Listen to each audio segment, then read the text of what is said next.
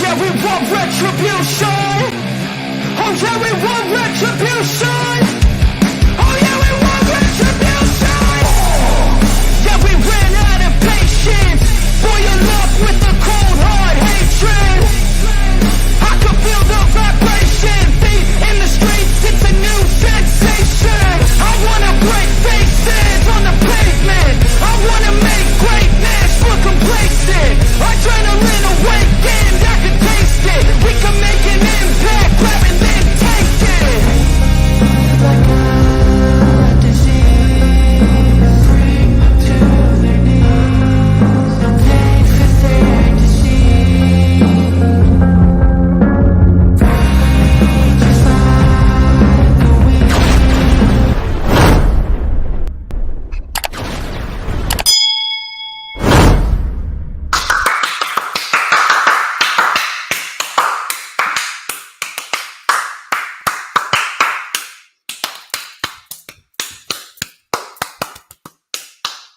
Ladies and gentlemen, I'm the one and only DJ Storms, and I am feeling good.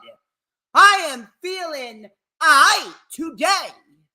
We got plenty of material to discuss, but I would like to welcome each and every single one of you to a very special edition Sunday stream, streaming live on 4 different platforms across 7 different accounts. On the 7th day, the Lord rested because DJ Storm said, "Don't worry, big guy, I got this." As of course, you already know who I am, Mr. Controversy and the operator of the best damn X, formerly known as Twitter, handle known to mankind. And when you take a whiff of that, oh, you best believe that is pure fucking excellence. And you're damn right, it is a DJ Storms takeover. I am live right after a pay-per-view. So out of my element. I usually like to sleep on the pay-per-view. I usually like to sleep on it and then go live the next day with my thoughts. So it's a little bit out of my element right now, and my emotions are running high. But regardless, we have a busy, busy week ahead of us with Payback and All Out coming next weekend. So I figured now would be a very good time to get my thoughts out there and do the review and entertain you guys the best way that I know how, and that is DJ Storm style, because I am the absolute best in the fucking game. And man, it feels good to curse again. Feels good to swear. Feels good to curse. It's like I'm whole once again. See, I had to take it easy. I had to keep it pretty mellow for the Lightning Flash update, because now I'm streaming live on the PWP Nation Facebook page. If you want to go check that out, you can go check out the LFU on the PWP Nation Facebook page. I believe it's over 250 views right now as we speak. So I needed to tone it down because Meta, which is the platform that we can get paid through Facebook by, it is wildly pussified in more ways than one. So I had to tone it down. I had to go PG. I had to be PG Storms. I don't like it. I don't like it one bit. But now I'm back to the nitty-gritty, down and dirty DJ fucking Storms that you all know and love, and we're going to have a good time. Because you always have a good time with me. I make people's lives better.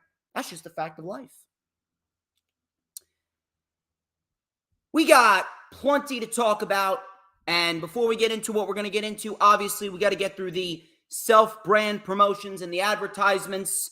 Of course, please make sure, if you have not already done so, follow me on X, formerly known as Twitter, and Instagram at HistoryMakerDJS. Once again, that is at HistoryMakerDJS, both on Twitter, formerly known as Twitter, X, and Instagram. You can also add me on my personal Facebook as well for collaborations and business inquiries. Please send me an email. My email is, of course, StormsTakeOver@gmail.com, like the official DJ Storms business page. And I may just send you an invite to join the official DJ Storms posse group on Facebook. That is, yes, I know, James Punaseca, I know I know. We're getting to the comb. One thing at a time. One thing at a time.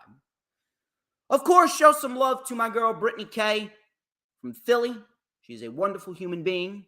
She's a great supporter of the channel. One of the biggest supporters that I have actually right now. And she does beautifully crafted designs from scratch on her iPad of all sorts of pro wrestlers, including the late, great Bray Wyatt, rest in peace to Wyndham Rotunda, and all proceeds from all Bray Wyatt designs, Bray Wyatt pictures and avies and banners, all the proceeds will go directly to Bray Wyatt's widow, JoJo, and his children. So please go and show Brittany K some love. Brittany K's X account is Brittany K5150, and her Instagram is at Brittany K Designs. Go show her some love. Both of her links are in the description of this very stream. And of course, PWP Nation, created by Jay Leto. Shout out to Jay Leto, but I think he knows who the top draw is. I'm sorry, Jay, but it's DJ Storms. PWP Nation, go look it up on the internet. It has its own website. Go look up the PWP Nation website. And, of course, follow the PWP Nation Facebook page. Both of those links are in the description of this very stream as well. We are a little bit over 6 minutes. Matter of fact, we're about to be 7 minutes into the stream. If you guys haven't already done so, hit the like button no matter where you're watching from, whether it be Twitter or Twitch or Facebook or YouTube, and share it out on all platforms, social media, X, Instagram, Facebook, Pinterest, Tumblr, Snapchat, TikTok, whatever social media platforms that you may be using. Like it and share it out so that way we can get as wide of an outreach as possible. Get us a nice wide outreach and get as many people in here as possible so that way they can get their dose of DJ Storms, because everyone needs a little bit of DJ Storms in their life. Everyone does. Without me, people's lives are boring. That's the way it goes. That's just the truth.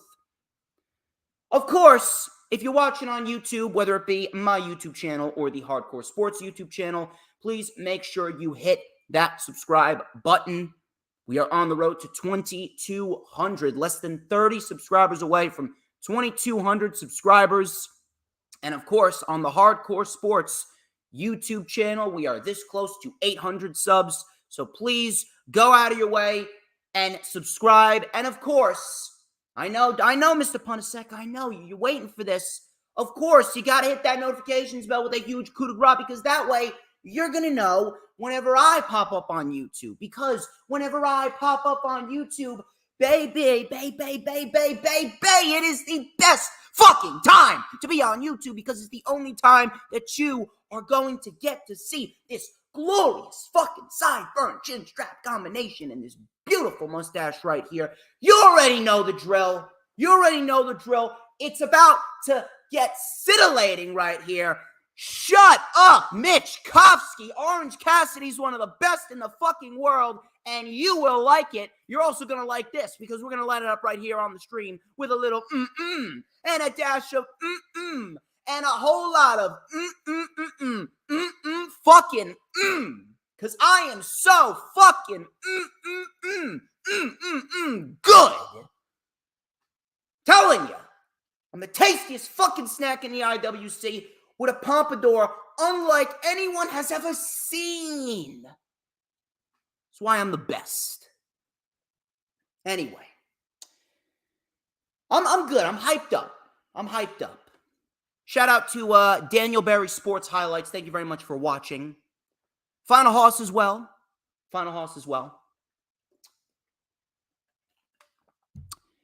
Once again, this is the official rewind for AEW All In 2023. Man, after a show like that, you get a sense of pride. You really get a sense of pride to be a pro wrestling fan. You really get a sense of empowerment to come on here and talk about the thing that you love the most. Obviously, we know that over the last year, AEW's problems have been very, very apparent. We know that.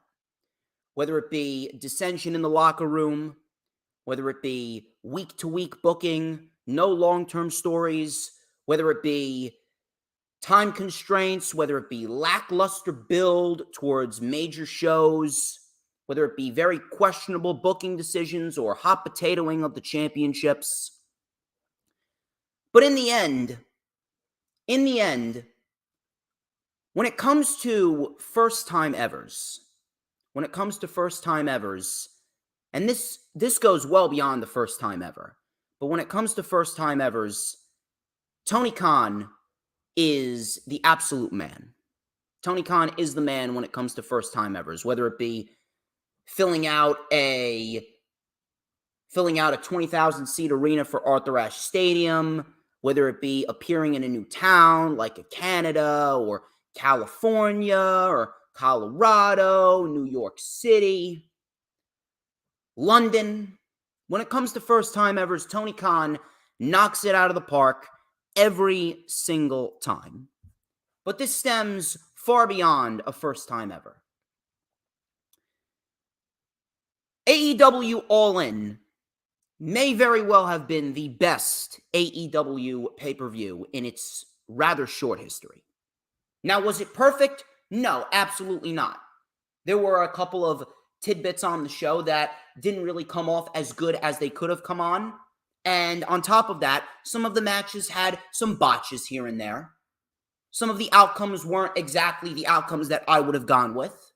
However, with the blood, sweat, and tears that were shed in that ring by every single one of the performers, the in-ring action, the storytelling, the spectacle, the atmosphere, the crowd, everything rolled up into one, it indeed made for easily one of the most historic wrestling events in history. People will look back on this event and they will remember everything that took place on this event. They will go back and rewatch this event numerous amounts of times for everything that I'm going to talk about.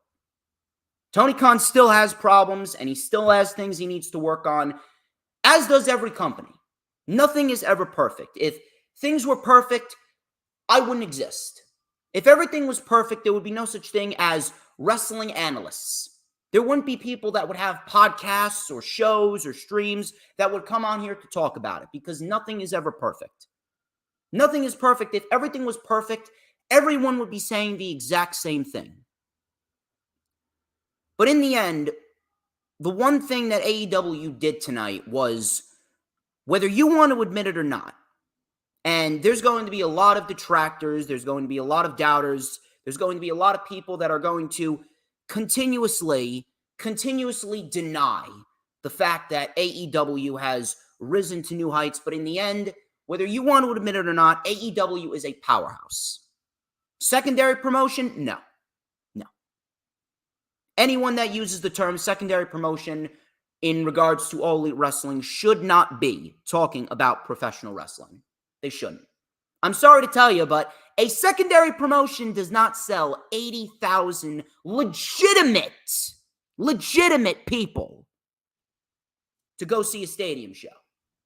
They do not sell 81,000 people. And no one should ever call AEW a secondary company anymore. And if you do, you should not be talking about professional wrestling, and I damn you. I damn you, and you deserve to be damned.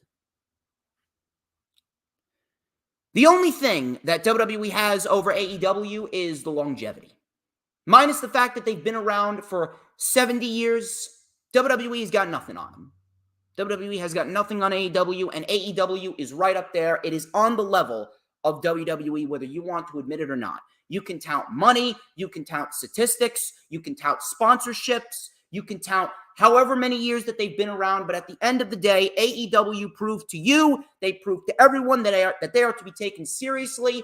They're not going anywhere, and they are a powerhouse in this industry that is going to be around for decades and decades to come.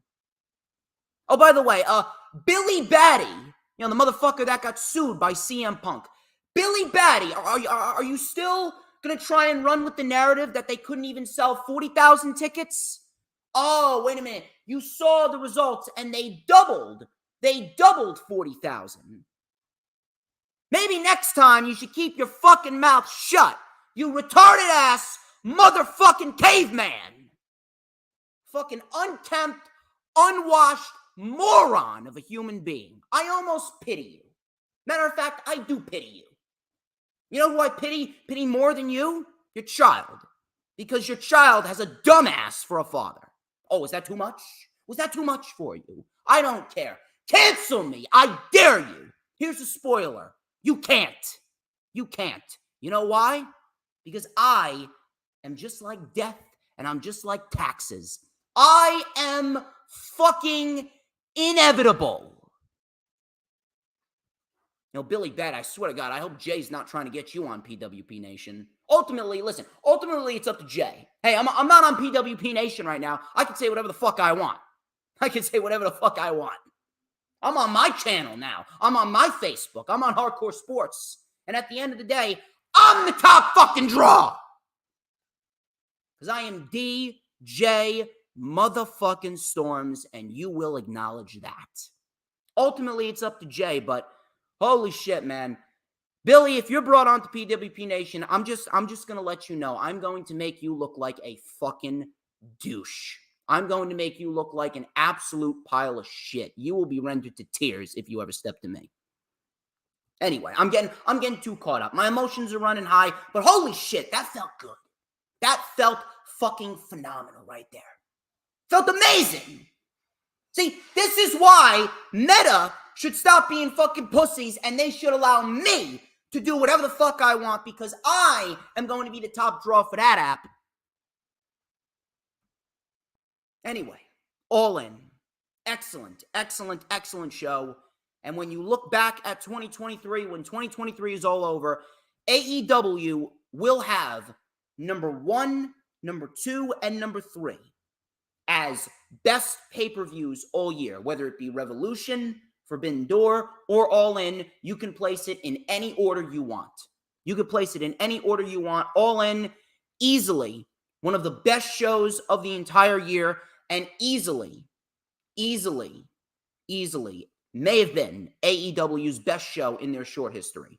I know a lot of people are going to reference Full Gear 2021. I know a lot of people are going to reference Revolution 2023 and All Out 2021 and Double or Nothing 2021. I know a lot of people are going to reference those pay-per-views, but man, All In is up there.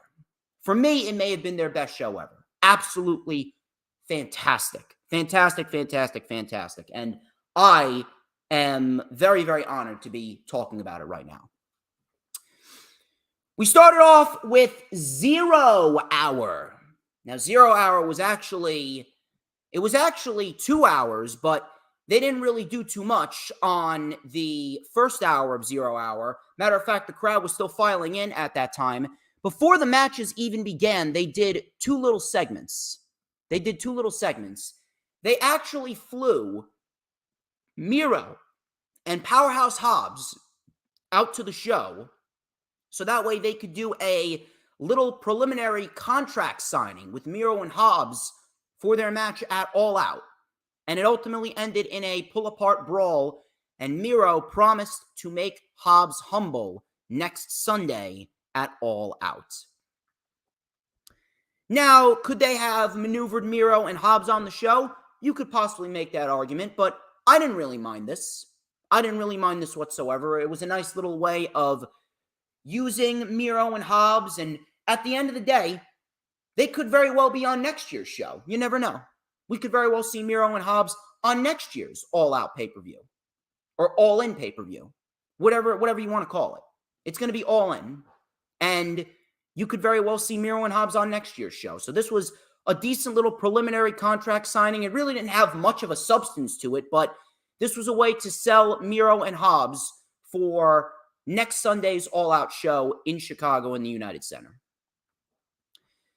They also did a little spot with Jeff Jarrett, Jay Lethal, Sanjay Dutt, Karen Jarrett, and Satnam Singh, where they came out before the Aussie Open MJF and Adam Cole match, and they were pretty much shitting on the United Kingdom and saying that American promoters and American fans are so much better. Obviously, Jarrett being a fucking prick and getting the heel heat that he does. So this was about an hour before the matches started. All of a sudden, Paul White, Anthony Ogogo, and Grotto. I don't know who the fuck Grotto is. I guess he's an independent star in the United Kingdom and in Scotland specifically. Grotto, Anthony Ogogo, and Paul White came out and they took out all four of these men. Paul White knocked out Satnam Singh. Ogogo then punched Jarrett, and Grotto hit Jarrett with his own guitar, and that was the little feel-good preliminary promotional segment that they got going on before the show went live with the pre-show matches. I didn't care for it. And hell, if you want to be quite honest here, this was probably the worst thing about the show. Bar none. But at the end of the day, it was an hour before the show. How many people were really thinking about this when the main show started? I'm pretty sure that this was long forgotten. I'm pretty sure a lot of you that are watching right now forgot that it even happened before I just mentioned it to you guys. So that was that, and it was just a segment to get the crowd happy and get Grotto on the show and beat up Jeff Jarrett, because Jeff Jarrett and Jay Lethal and Satnam Singh, they were all doing promotional media for AEW All In, and that was pretty much that. So after that meaningless segment, we actually got into the action. It was Aussie Open versus MJF and Adam Cole for the Ring of Honor World Tag Team Championships. Ring of Honor was actually represented very well on this show. MJF and Adam Cole, they came out. The crowd absolutely exploded. They erupted for them. So Aussie Open opened up right out of the gate and attacked both MJF and Adam Cole. MJF was isolated. The crowd was chanting kangaroo kick. MJF then got out of their own corner. He got out of their corner and tagged in Adam Cole. Adam Cole with a punt kick to Mark Davis. Backstabber on Kyle Fletcher, that got it too. We then had a super kick by Adam Cole. They went for the double clothesline, but Davis saved Fletcher. Cole wanted MJF to do a suicide dive, but Aussie Open stopped it. Aussie Open then with a double kick to MJF and an assisted cutter. And MJF kicked out. We had a double lariat missed. MJF then hit a double kangaroo kick, and the crowd exploded again. And that wasn't the only time that they popped. MJF looked at Adam Cole, smiled. They said double clothesline. Crowd went nuts. Double clothesline connects. 1, 2, 3. And Adam Cole and MJF are the new Ring of Honor World Tag Team Champions. You want to talk about a shock? I was not expecting them to win. I was not expecting them to win whatsoever. I actually thought that there would have been a lot more tension going into the main event because Aussie Open were going to retain.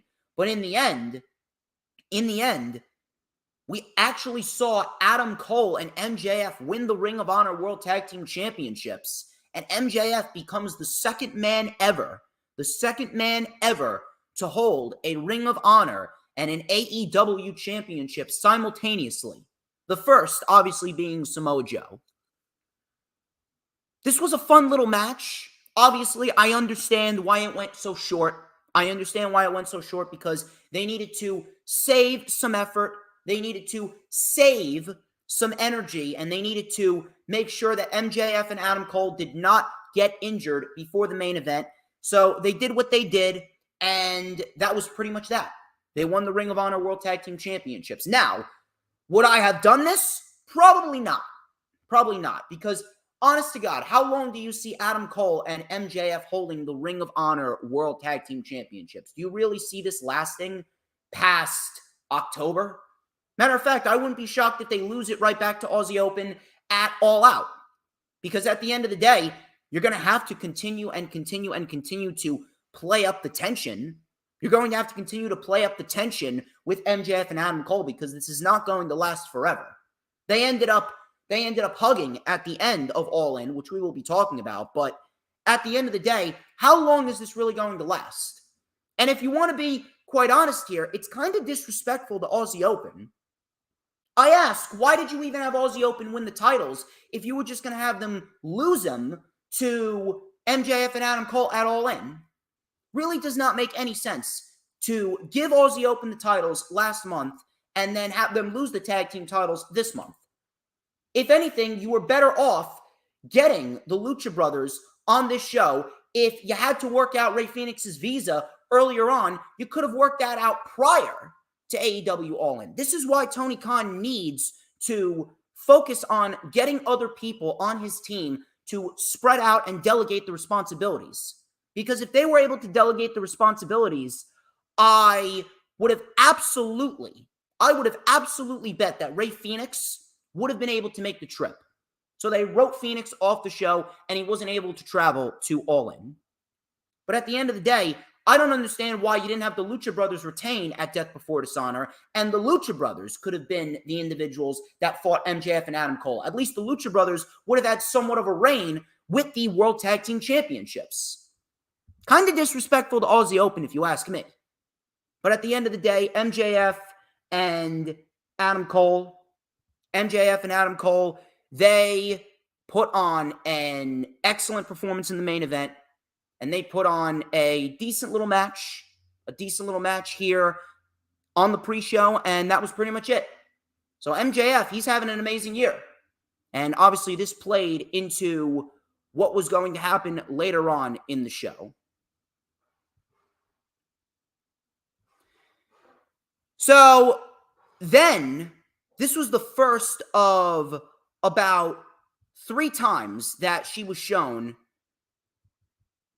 We had Mercedes Monet, a.k.a. Sasha Banks. Mercedes Monet made an appearance, and she was watching AEW All In from up in the stands. Now, I'm not sure what's going on with her ankle injury. Whatsoever, but if Mercedes Monet is being showcased in the crowd for All In, you can imagine that Tony Khan has probably been having some conversations with her. And I would be a betting man that if Jamie Hayter was not injured and Jamie Hayter was able to make the trip and Jamie Hayter was still the champion, I would have bet we probably would have gotten Mercedes Monet versus Jamie Hayter if neither woman were injured. Instead, we got the women's fatal 4-way. But this is very telling. And based on what happened in the women's fatal 4-way, could we very well see Mercedes Monet in AEW sooner than we think? I don't know. Reportedly, she is done with Stardom. Something to keep our eyes out for. From there, we go into the main event of 0 Hour. It was Jack Perry versus Hook for the FTW Championship. And this only went about 10 minutes, but for 10 minutes, Jack Perry and Hook actually did very well. And if anything, what I saw this as, this was just a little taste of what these two men are going to be in for going into their future.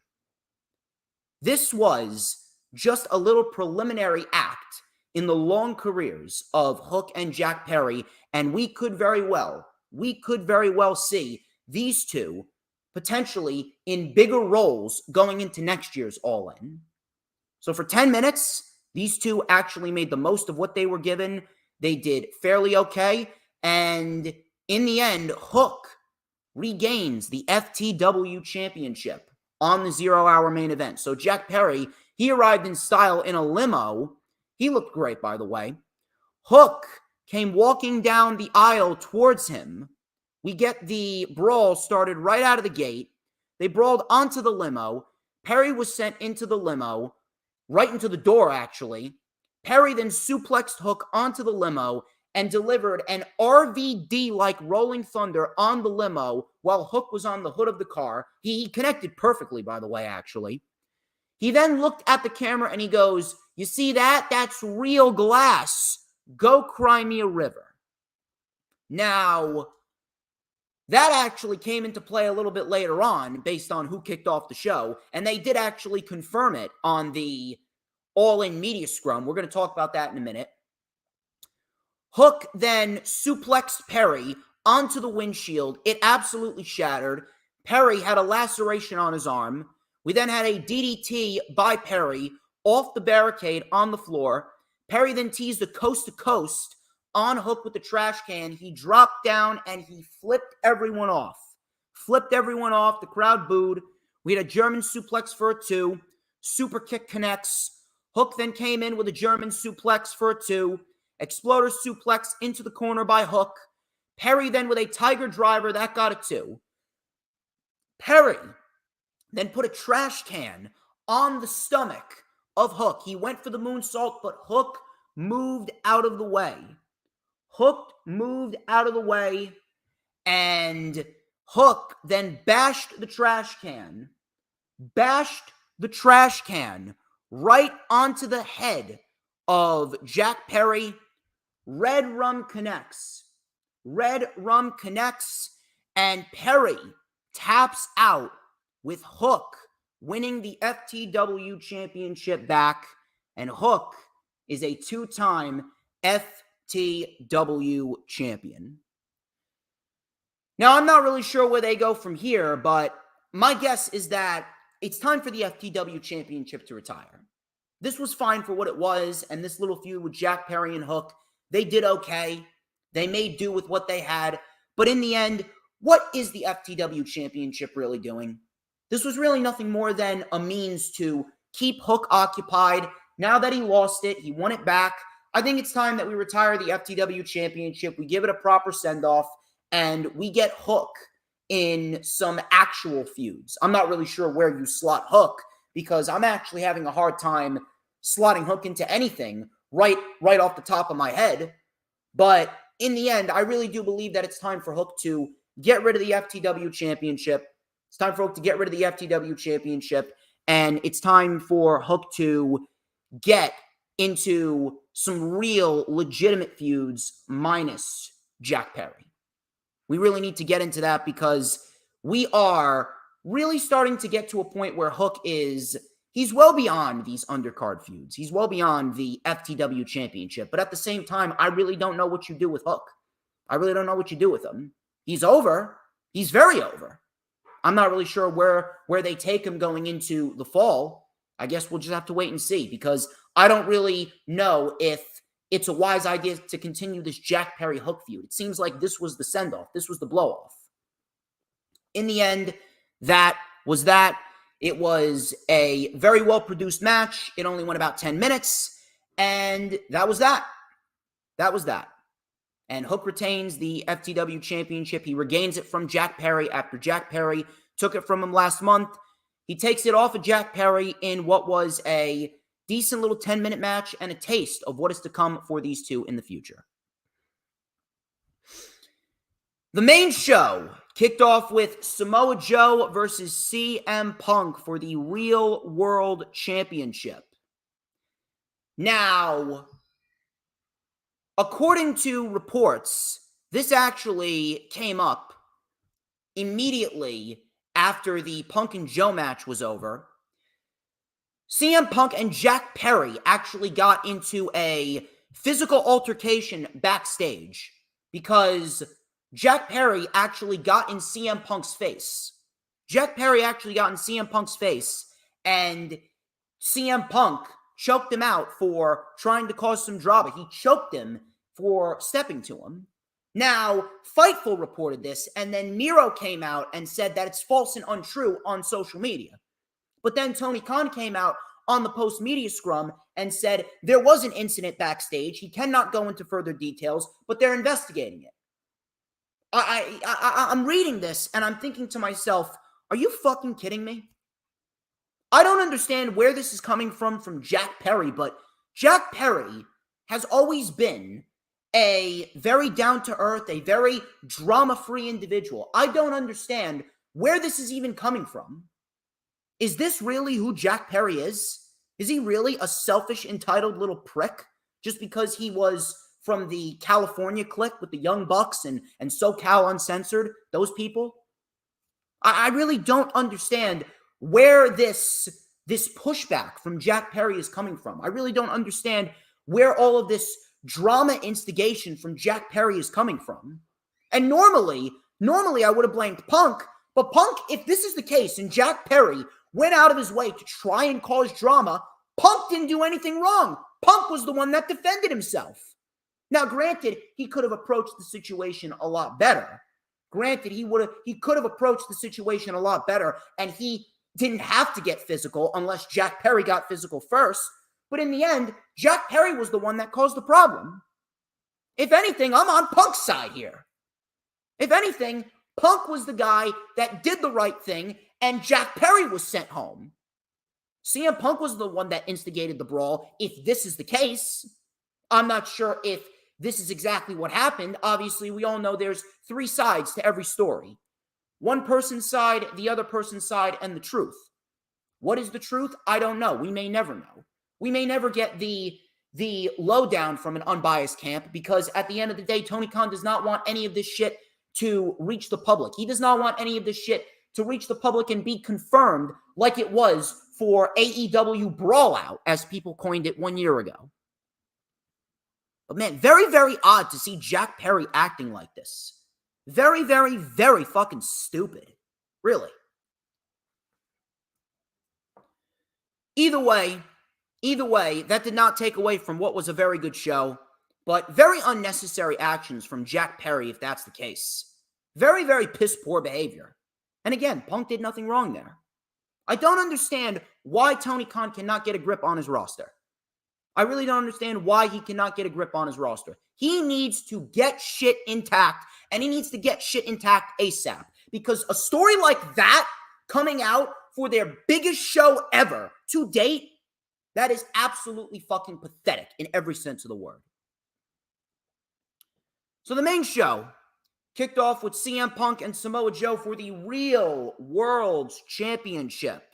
The crowd was very, very loud for Punk. CM Punk getting those John Cena-like reactions. Half babyface, half heel. So, Punk, he delivered a Hurricane Rana to Joe. He went for the same Hurricane Rana out on the floor. And Punk, he was caught mid-Hurricane Rana and slammed right through the side of the announce table. And he was busted open right out of the gate. So Joe took over control. Joe with a big boot and a senton, that got a 2. We had a roundhouse kick by Punk. Punk with a John Cena-like comeback. He delivered a plethora of shoulder tackles, and he delivered a back suplex spin-out slam. And instead of the "you can't see me," he didn't do the 5-knuckle shuffle. He did the Hulk Hogan pose, and then he did a leg drop. And that got a 2 count. Actually, no, that did not get a 2 count. That only got a 1 count. Crowd went nuts because Joe just fired himself up at 1. Joe then with some stiff punches and a snap power slam for a 2. Joe then with a power bomb, and he locked in an STF. CM Punk then got out of it and locked in a toe hold, tribute to Terry Funk. Joe then delivered a Uranagi to Punk as Punk went for the high knee. Joe and Punk then were up top. Punk then bit Joe on the head, and Punk delivered a Pepsi plunge. Pepsi plunge from the top rope, and Punk pins Joe 1, 2, 3 to win what was a very good match. However, I would be lying to you if I said that this was a little underwhelming. Now, was it very good? Yes, it was very good. It was physical. It was hard-hitting. Both of these two guys brought it, and the crowd was excellent. The crowd was awesome. The crowd actually made this match better than it was. It was a dynamite match that was made better by a great crowd. But at the end of the day, it just feels like they could have been given another 5 more minutes. I really don't understand why that they only had this match go, 11, 12 minutes? It just seems very, very, very weird to me. It seems as though the match just kind of ended so abruptly. Now, granted, I will say this. Having Joe lose to the Pepsi plunge is probably the best way to go. I really don't understand how Punk's going to get Joe up for a good GTS, and Joe tapping to the Anaconda Vice would have been foolish. But in the end, considering Joe's a beast, Punk had to pull out the Pepsi plunge in order to get the victory on Samoa Joe. I did not mind that whatsoever.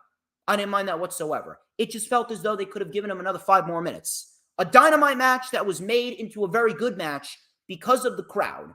An awesome crowd. But again, they could have done more. That's just me. They could have done more. Did they do this? Did they do this because of what happened with CM Punk and Jack Perry? I don't know. Maybe that did play a factor into it. Who knows? But a little underwhelming. Little underwhelming for a CM Punk Samoa Joe match. I didn't mind them kicking off the show, but in the end, it was still a good match, but could have been better. Kenny Omega, Hangman Adam Page, and Kota Ibushi. They took on Konosuke Takeshita, Jay White, and Juice Robinson. This was a 6-man tag team match. Obviously, we know that the original plan was supposed to be Kenny Omega versus Bryan Danielson, had Bryan not broken his arm. Unfortunately, this was not the case, and we got this trios match. But in the end, I think a lot of people were eating their words. Pretty much everyone ate their words. Pretty much everyone ate their words over this match and a lot of matches on the show. A lot of people ate their words when it came to this show. And if you're just going to brush it off just because you don't like someone, listen, you don't have to like everyone. You don't have to like everyone. But in the end, if you're not going to tell me that everyone on this card delivered, if you're not going to tell me that every match on this card did exactly what it was supposed to do, then clearly you are lying to yourself and you're just being a blind hater. You really are. This was an excellent trios match. It felt like one of those trios matches from Collision. And Kenny Omega, Hangman Page, Kota Ibushi, Takeshita, and Bullet Club Gold all delivered. So first off, Bullet Club Gold's entrance with the tunnel. They did a great entrance. That was awesome right there. Great entrance for Bullet Club Gold. Bullet Club Gold, they just come off like superstars. They really do. They come off like professional wrestlers. They come off like a big deal faction. They really do. So the baby faces were in control early on. Omega with a beautiful tope con hero onto Takeshita and White. Kota Ibushi and Takeshita, they went at it a little bit. Obviously, that's a match that I do believe will indeed be that match will indeed be taking place at some point. We had Bullet Club Gold taking out Hangman Adam Page as well. Takeshita then rocked Omega with a right hand, stiff right hand actually. And then he delivered a flying clothesline, which looked beautiful.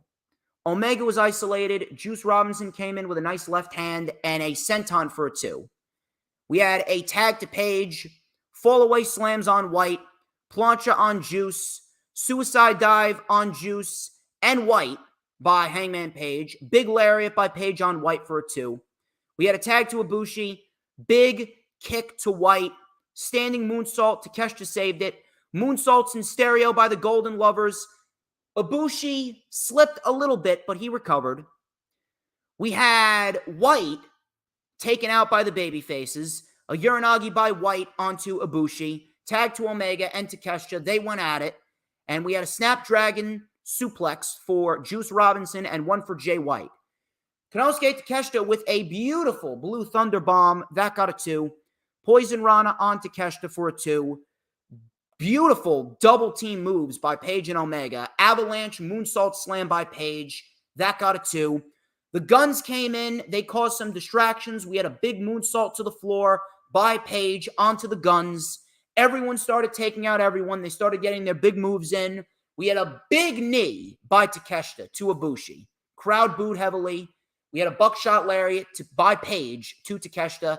Tag to Omega. V-trigger to White by Omega.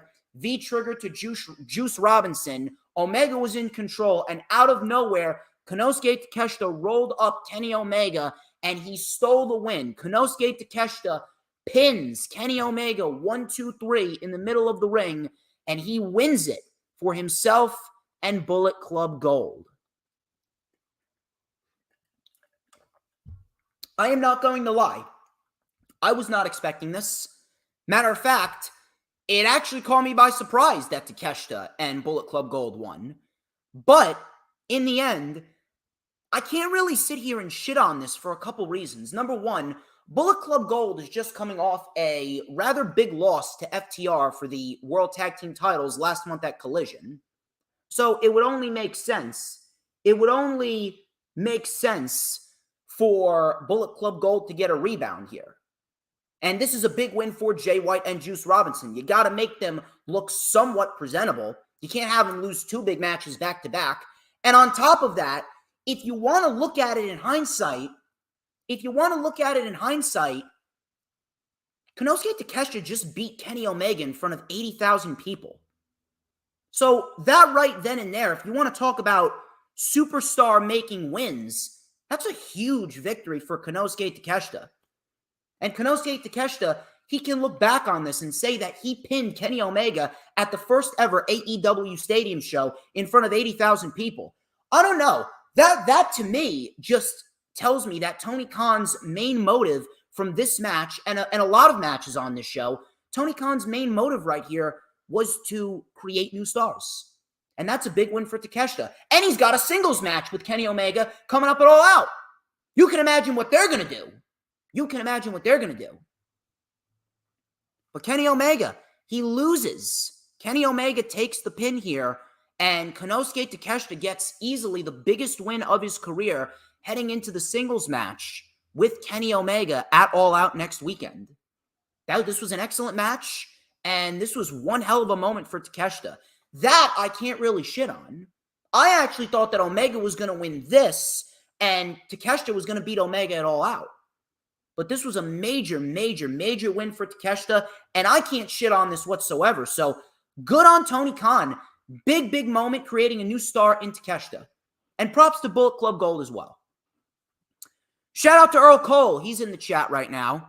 Shout out to Earl Cole. Earl Cole is great. I'm sure that Earl Cole's going to have plenty to say on All In. So from there, I mean, this show was just fucking crazy right out of the gate. So we got Punk and Joe to start the show. Then we got Omega, Hangman, Ibushi, Bullet Club Gold, and Takeshita. And then from there, we go into the Young Bucks and FTR. For the AEW World Tag Team Championships. It's like Tony Khan, he's just going one after the other, after the other, after the other, after the other. He was coming out all guns blazing for this show. Young Bucks, FTR for the AEW World Tag Team Championships. I don't know. You can make the argument that Stadium Stampede was match of the night. You can make the argument for Will Ospreay, Chris Jericho. You can make the argument for MJF, Adam Cole. It's a tough one. It's a tough one for sure, but FTR and the Young Bucks, for me, this may have been my number one. FTR and the Young Bucks absolutely killed it. An absolute classic. This may have been the best Young Bucks FTR match out of the trilogy. This may have been the best one. Especially the closing 5 minutes. The closing 5 minutes, stressful as can be. I swear to God, I thought the Young Bucks were the new tag team champions on multiple occasions. So the crowd, with dueling chants of "Let's go Young Bucks, FTR." We had double lariats by both teams. FTR was then sent to the floor. The Bucks were in control. It was hot. It was hot out of the gate. Really no rest for the weary. No rest periods here. We had an elevated Swanton Bomb for a 2. Cash was isolated. He finally got the tag to Dax. He lit up Matt and Nick. We had a suplex to Nick onto Matt. German suplex barrage. Locomotion Northern Lights suplex. They traded suplex after suplex after suplex. Crossbody by Dax. Back and forth action. Northern Lights suplex for a 2. German suplex for a 2. We had a slingshot powerbomb by Dax. And Dax locked in the sharpshooter on Matt Jackson. Then we had Cash actually locking in a sharpshooter on Nick Jackson on the apron. James Punaseca, you need to go and watch this show. If there was one match that I would highly encourage you to go out and watch this show, it's FTR and the Young Bucks. I know that you've been a little iffy on tag team wrestling as of lately, but this tag team match was a classic. It was an absolute classic. So Nick Jackson got out of the sharpshooter. He delivered a facebuster to Dax and a moonsault onto Cash. Swift action by Nick. FTR and the Bucks, they then blocked their dueling splashes. Cash and Dax then with the Mindbreaker, Nick Jackson kicked out. Crowd started chanting, "This is awesome." The Bucks then with super kicks to Dax. Mindbreaker by the Bucks. Dax kicked out. Tag back to Matt. Nick Jackson with a suicide dive onto Cash. BTE trigger was dodged. Cash speared Nick through the ropes. Tag to Cash. FTR with the FTR trigger. And then the Shatter Machine, Matt Jackson kicked out. Crowd absolutely exploded. Super kick by Dax. Nick, then he took out Cash. And the crowd was actually anticipating a 450 by Cash. Cash regained control. Dax was taken out. 450 splash by Cash was missed. Super kick by Matt. It was a throwback. It was a callback to AEW Full Gear 2020 when FTR was beaten by the Bucks the first time. It was a callback. And this time, Cash kicked out. Shatter Machine by the Bucks. The Bucks hit their own version of Shatter Machine. A second BTE trigger. Cash kicked out.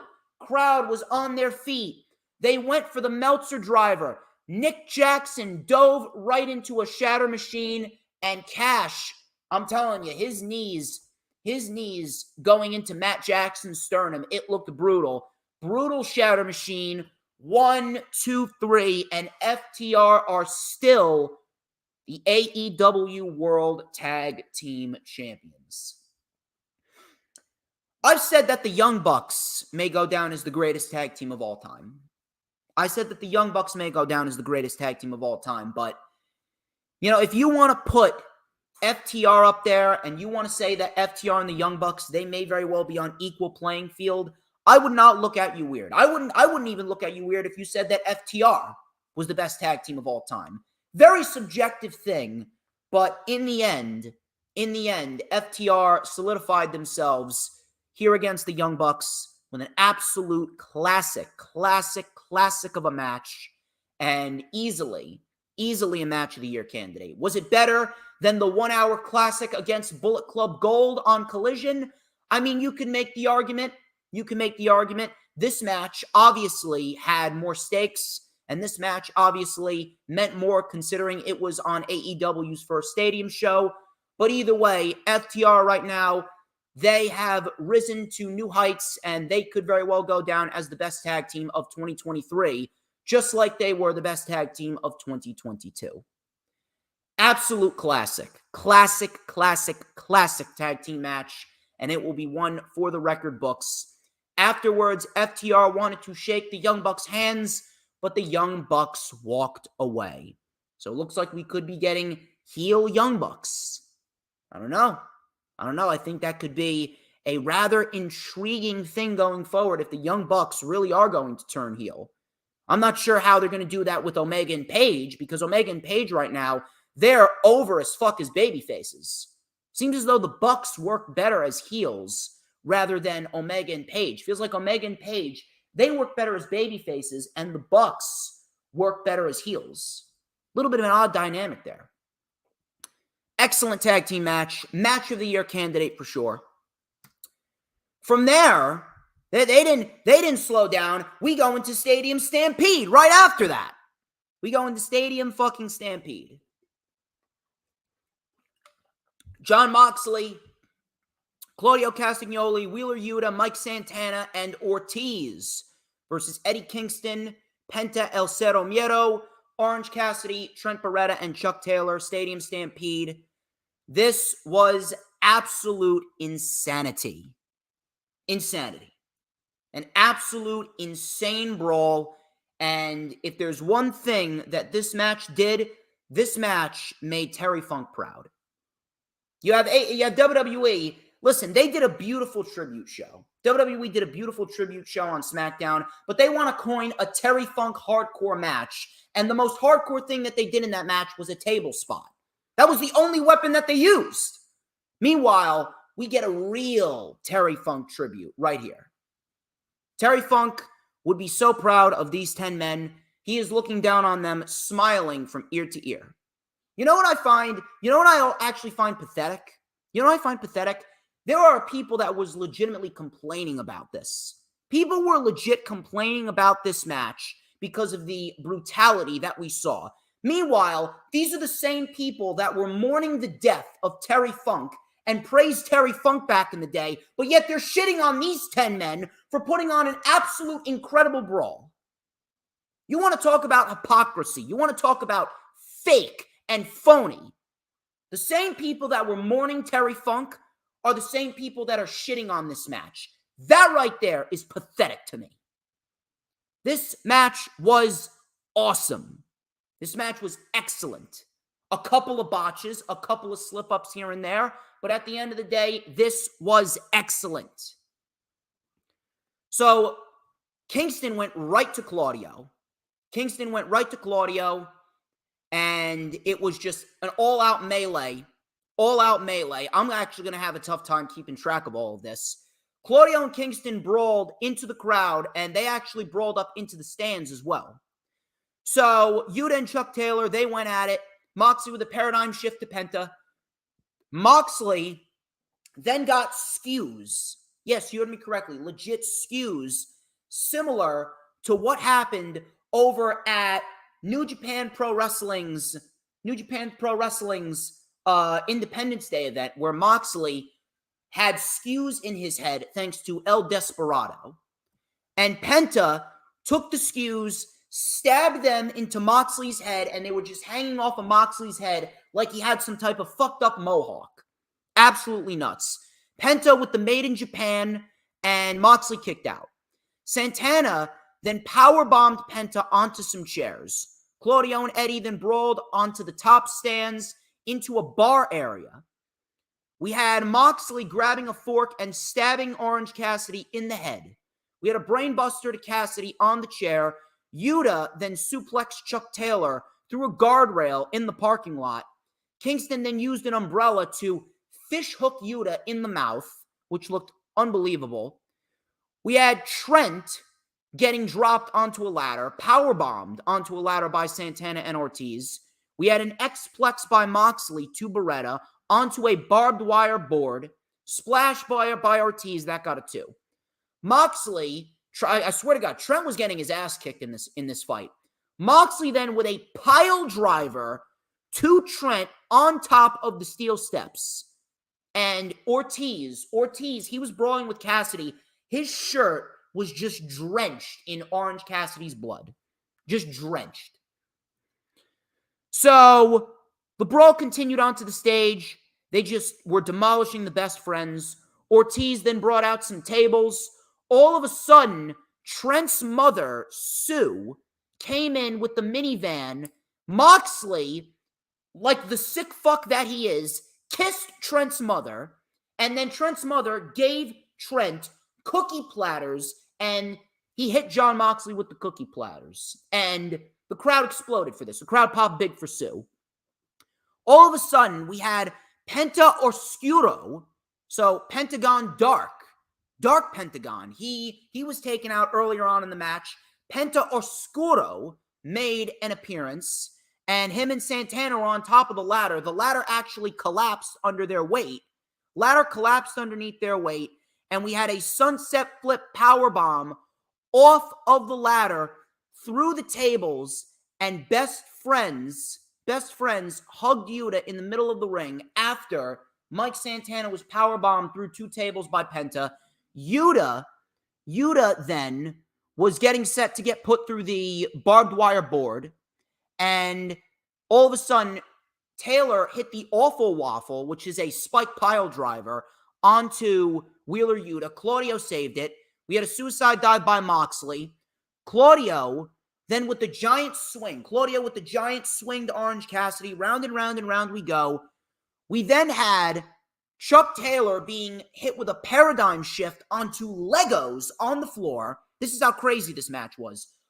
Trent Beretta then suplexed Ortiz through 2 tables on the floor. And Orange Cassidy, he got back up from the swing, delivered 3 orange punches. 3 orange punches to Claudio. Claudio kicked out. Cassidy then duct taped his hand. He took duct tape. He took duct tape and put the sticky side of the duct tape on the outside of his hand. he put his hand in a bucket full of broken glass. Yes, you hear me correctly. He put his hand in a bucket full of broken glass, and we had broken glass on the duct tape on his hands. It was absolutely ridiculous. I didn't know what the fuck I was watching. So Moxley then spread the glass out onto the ring, delivered a paradigm shift to Cassidy on the glass, and then Claudio with a big uppercut. All of a sudden, Eddie Kingston comes out with a chair, doing the Terry Funk walk. He's hitting everyone with these chairs. He then hits a back fist on Claudio, spears Moxley through the barbed wire board, and then Orange Cassidy hits the orange punch with the glass onto Claudio, and Orange Cassidy wins the match after an orange punch with broken glass, pins Claudio, and wins the Stadium Stampede. This may very well have been the best Stadium Stampede that AEW's ever done. Stadium Stampede, Anarchy in the Arena, whatever it is you want to call it, it was easily the best multi-man brawl, multi-man melee that they've ever done. This was excellent. And similar to what happened with Konosuke Takeshita at the beginning of the show, similar to what happened with him and him pinning Omega, Orange Cassidy, after winning this match, Orange Cassidy was solidified into an even bigger superstar than he already is. Orange Cassidy, if you are not convinced that Orange Cassidy is a main event player after all the performances that he has put on, you should not be talking about pro wrestling. This entire run with Orange Cassidy, this entire run, his title reign, his booking, everything regarding Orange Cassidy this year has been absolutely picture perfect. Picture perfect right down to the very last letter. You want to talk about building new stars? Orange Cassidy will go down as one of the greatest new stars of this generation. I'm not sure that I would go so far as to say what Matt Hardy says and compare him to The Undertaker. I wouldn't go that far. But regardless, Orange Cassidy is carving an amazing legacy for himself. And Orange Cassidy's title reign and his run in AEW will be remembered for generations to come. I know. Fuck Mitch. Fuck Mitch, Earl. Mitch don't know jack shit. See, I'm the real draw in hardcore sports. You should already know this, Earl. Fuck Mitch. Fuck Mitch and his Orange Cassidy hating ass. Now, would I have done this? I don't know if I would have necessarily had given Orange Cassidy the win, mainly because of the fact that the Blackpool Combat Club, they're kind of coming off a loss at Blood and Guts. I know they won the parking lot brawl. And I understand that that's a big time match that Blackpool Combat Club needed to win, and they won. But at the same point in time, I feel as though that Blackpool Combat Club would have benefited more from the win here. Same thing with Mike Santana and Ortiz. You bring them back to lose. And by the way, they actually did confirm that it's going to be Omega and Takeshita at All Out, and it will be Moxley facing the winner of Orange Cassidy and Pentagon Jr., which is coming up on Wednesday Night Dynamite. It's going to be Cassidy and Moxley at All Out, which I can't wait for. I think that's going to be great. But I don't know. It just seems as though the Blackpool Combat Club would have benefited more from a win here. It was great that Orange Cassidy got the win, and it just solidifies Orange Cassidy as a new star. And that's a great thing. And I applaud Tony Khan for that. But the Blackpool Combat Club, as great as they are, this is the second big loss that they've had in the last month and a half. So I really don't understand why. The Blackpool Combat Club took the loss here. Especially considering that Claudio was pinned. If the Blackpool Combat Club were going to lose, then wouldn't it have made more sense for Eddie Kingston to pin Claudio? Now, we could still get that. I actually do believe that we're going to get Eddie Kingston and Claudio at some point. Could it be a Grand Slam? Maybe. Could it be at Final Battle for Ring of Honor at the end of the year? Maybe. But Eddie Kingston, he's got two big feuds signed up for him going into the fall. He's got Moxley and he's got Eddie Kingston Eddie Kingston's feuding with himself. He's got Moxley and he's got Claudio. I guess it all depends on what they want to do first. But maybe next week we could very well see Orange Cassidy getting the victory over Jon Moxley. I mean, that would solidify him as a megastar. If Cassidy was able to beat Jon Moxley, you want to talk about a megastar win. That's a megastar win right there. Maybe Moxley takes the title. Who knows? Maybe Moxley takes the International Championship. We'll have to wait and see. But this was an insane brawl. Terry Funk would be proud. Excellent, excellent, excellent, excellent stuff.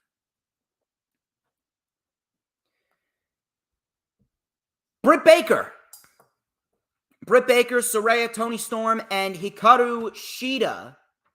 This was a fatal four-way match for the AEW Women's World Championship. A throwback match to the very first AEW All In, where we had a fatal four-way match, but the only woman that was a part of the original All In, that's a part of this All In, was Britt Baker. I don't want to say this was a bad match, because it wasn't. This wasn't a bad match, but you could have easily put this match on Dynamite. This match was probably the only match that did not feel like a mega pay-per-view match. It feels as though this match and the opening match with Punk and Joe were the two most underwhelming spots of the entire night. Not to say that these women did not work hard. They did fine. It was a decent little match, but feels like it just ended, just like it got started. It feels like as soon as it got started, it ended just like that. And those four women are capable of so much more, and I know that they're capable of so much more. Now, I will say this. The crowd was actually fairly into it. The crowd did not die down. The crowd was awesome. The crowd was awesome from start to finish on this show. The crowd was fantastic. Not to say that this was a bad match. It wasn't. But it just went way too quick. And on top of that, it feels like they got the outcome wrong. Now listen, I understand moments, but did it really need to be Saraya? I understand it's Wembley. I understand it's her home city. I understand it's her home country. And she grew up just a few minutes away in Norwich. I get it. But was it really necessary to do it now? If you're going back next year to Wembley, why didn't you just wait till next year? You could have easily done it next year. Let me go over the match. Let me go over the match first. And then I'll tell you what they should have done. Saraya came out to We Will Rock You by Queen, and the crowd was singing. She also came out with her family. That I will say was a very nice moment. That was a special moment. So from there, Toni and Saraya hit a double powerbomb. Saraya and Toni then had some dissension. The crowd was actually very much behind Shida. It wasn't just heavily Saraya. They were behind Shida too. We had a high double knee by Shida. Shida then suplexed Saraya into Toni, into the corner. Shida was then dropped onto the apron. We had a sling blade by Baker. Toni then, she saw that Saraya's mother was right at ringside, and Toni Storm saw that she was holding Shida back. So Toni went for a punch.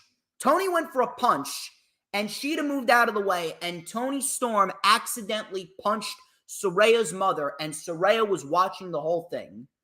She was not happy. So Toni was trying to calm her down. She was trying to say it was an accident. Saraya said, no, fuck you. So I actually thought that was a nice way to cause some dissension with the Outcasts. Ruby Soho even came out. And she tried to settle things down, and Toni actually ended up punching Ruby Soho. And Ruby Soho just left after that. She just said, fuck this. We had a missile drop kick by Shida, super kicks by Toni to Britt, and a super kick by Baker. She fell into the cover of Saraya. Saraya kicked out. Saraya then, with her submission hold, Baker then stomped Toni Storm as Toni was in the submission hold, which looked great. She tried for the win, but Storm kicked out. In came Shida, and then Shida delivered a Falcon Arrow to Britt Baker onto Saraya. Shida then with a diving Meteora on Saraya, which looked great. That got a 2. Britt Baker then went for the lockjaw. Shida was trying to fight it. She fought it. She fought it. She fought it. Unbeknownst to Britt Baker and Hikaru Shida, in came Saraya. She spray painted Toni Storm in the face with the green spray paint and then delivered the nightcap. She delivered the nightcap and got the 1-2-3. Saraya is the new AEW Women's World Championship. It wasn't a bad match. I don't want people to misconstrue that. This was not a terrible match. Was it a pay-per-view worthy match? No. But was it bad? No. But it just didn't get enough time. It did not get enough time. Let me tell you something. I loved what MJF and Adam Cole did in the main event. What they did in the main event was unbelievable. It was great. But we did not need the false finish with the double clothesline and the double pin. That just took away time that you could have easily have given to the women's match. Now, Saraya winning, I don't want people to misconstrue me when I say that I'm mad that Saraya won, not because she won. Saraya is not a bad pro wrestler. Saraya has looked just fine. She's had some decent matches here and there. She looked good against Britt. She looked good against Sky Blue. She looked good here. Saraya is not bad in the ring. Saraya can put on a decent match when you want her to. What I'm mad about is the fact that Shida was used as a transitional champion. That is the part that I don't fucking understand. That is the part that is just so abstract to me. So fucking stupid to me. I'm not mad that they teased dissension with the Outcasts. I'm not mad in the way that Saraya won. What was the point of giving Shida the championship to begin with? Don't you think it would have been a little better if Toni Storm was still the champion going into this match? That's what I don't understand. You could have still did the Fatal 4-Way. You could have easily had still done the Fatal 4-Way. You could have done Toni, you could have done Britt, you could have done Shida, and you could have done Saraya. But Toni would have still been champion because at least Toni would have held it throughout the entire summer. At least Toni would have had a legitimate reign with the championship. You use Shida as a transitional champion and just completely shit all over her. What you pretty much did was you pretty much told the world that you gave Shida the championship just to calm everyone down because of Lufisto's comments, and you just used her to get the title on Saraya. I'm sorry, but that is incredibly disrespectful to Shida. If this was the plan from the jump, because Jamie Hayter and Mercedes Monet were injured, if those two women couldn't make the show and you had to do this Fatal 4-Way as a throwback, then at the end of the day, you should have kept the title on Toni. It would have been a lot better if Toni was still the champion and Saraya was to use the spray paint on Toni and pin Toni in the same manner that she pinned her here. That would have been a much better way to cause dissension with the Outcasts, and that would have came off a lot better on TV rather than giving Hikaru Shida a meaningless 25-day championship title reign. If Saraya was always the plan, Shida should not have won the championship at the beginning of this month. She shouldn't.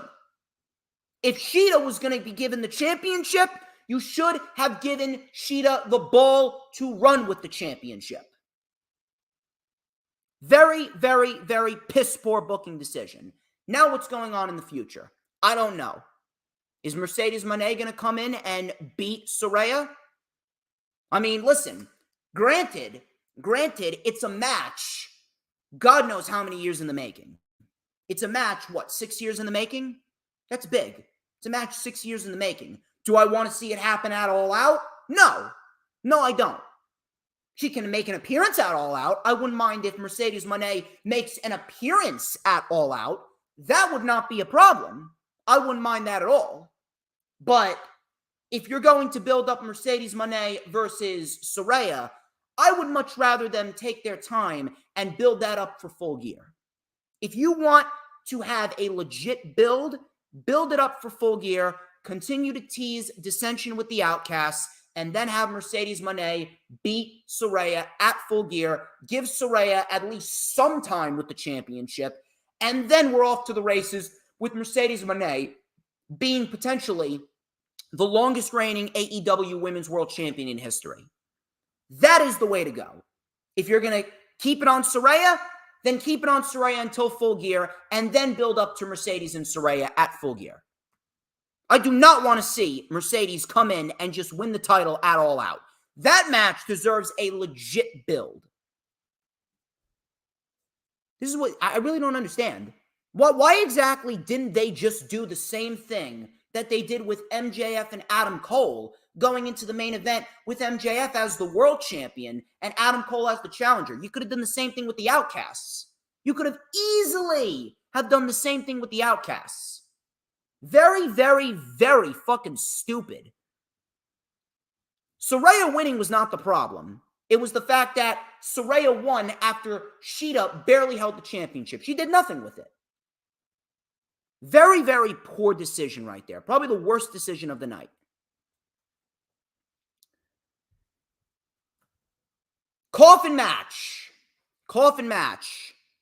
Swerve Strickland and Christian Cage versus Darby Allin and Sting. This was very fun. And Sting and Darby actually had a promo package where Sting came in dressed as Jack the Ripper. I thought that was a great touch. So Joker Sting was in full effect, and Darby and Sting actually came out to Seek and Destroy by Metallica. I thought that was a very, very, very nice touch right there. Really, really, really fun stuff right there. And Tony Khan, man, he really knows how to make entrances and pay-per-views feel special. Really good stuff right there. So Darby and Sting, they got jackets with thumbtacks on them. So they got jackets with thumbtacks on them. Sting hit Prince Nana with a cricket bat. We had a spear by Swerve to Sting. And then we had a spear by Christian to Darby. Christian then Christian then taped Darby's arms behind his back. So after that, we had Darby just going full-blown insane. Darby went full-blown insane, and he started doing a moonsault with his hands behind his back, a tope suicida with his hands behind his back. Absolutely fucking insane. Absolutely fucking crazy. So Christian, then he regained control. He went for a concerto, but Darby Allin moved. Darby with a stunner to Swerve. Sting dove onto Swerve, onto a table, off of the apron, but the table didn't break. Table did not break. All of a sudden, Sting went up to the apron again. Leg drop off of the apron. Swerve went through the table. Christian was placed on a chair, and Darby dove off the top with a missile drop kick to Christian onto a chair. Christian then was in the coffin, but he stopped it from closing. In came Luchasaurus to save Christian. Darby then was sent straight into the coffin, and Nick Wayne came out to help, but Luchasaurus came in and choke slammed Nick Wayne onto the skateboard. He took Nick Wayne to the back. Swerve then was laying on the coffin. Darby dove off the top to the floor, went for an avalanche coffin drop. Swerve moved out of the way, and Darby went splat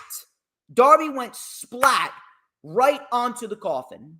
Sting then with a stinger splash on Christian and Swerve We had a Scorpion Deathlock on Christian, but Swerve came in with a chair, and Sting popped up, looked at Swerve.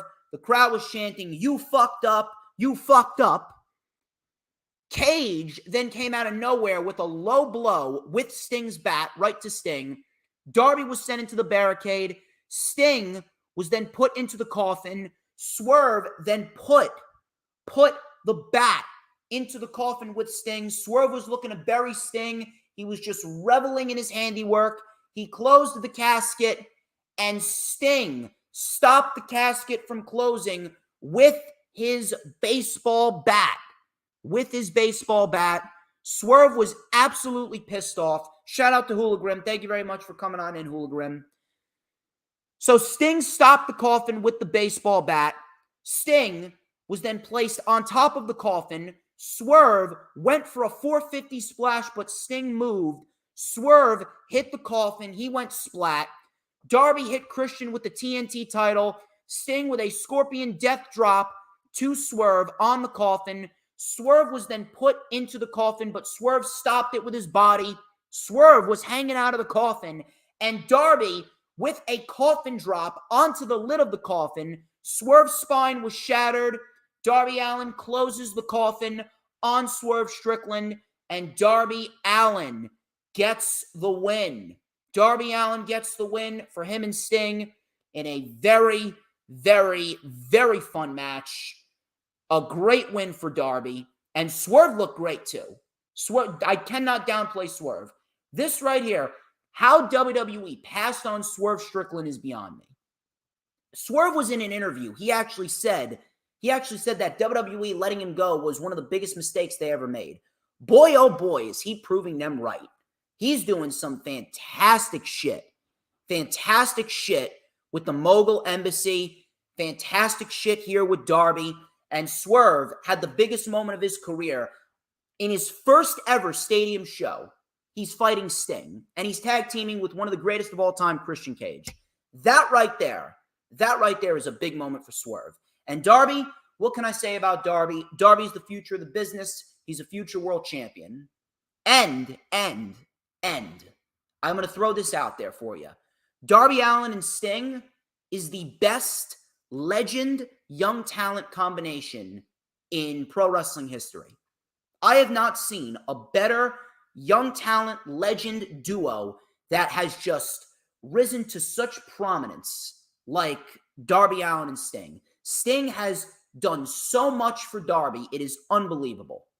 And there's a small part of me that still wants to see the Sting versus Darby match. Well, we're going to have to see that. That's got to be Sting's retirement match. That's got to be the end of Sting.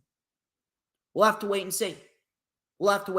But in the end, this was a very fun coffin match.